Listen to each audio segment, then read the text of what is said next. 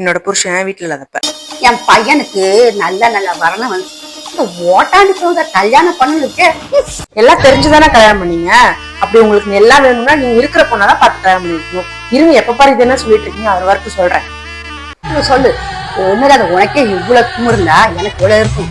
இது என் பையன்கிட்ட சொல்றேன். புருஷன் வந்ததுக்கு அப்புறம் வந்துட்டீங்களா, வாங்க.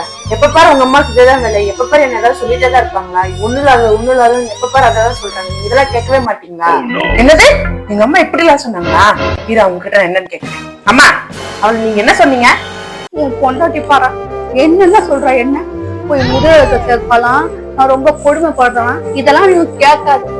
நான் எங்கேயாவது போறேன், நீங்க மட்டும் நிம்மதியா இருங்க. இப்படிலாம் அவ சொன்னாலா? நீங்க ஏமா போகணும்? நீங்க இங்கே இருங்க, நான் அவளை என்னன்னு கேக்குறேன்.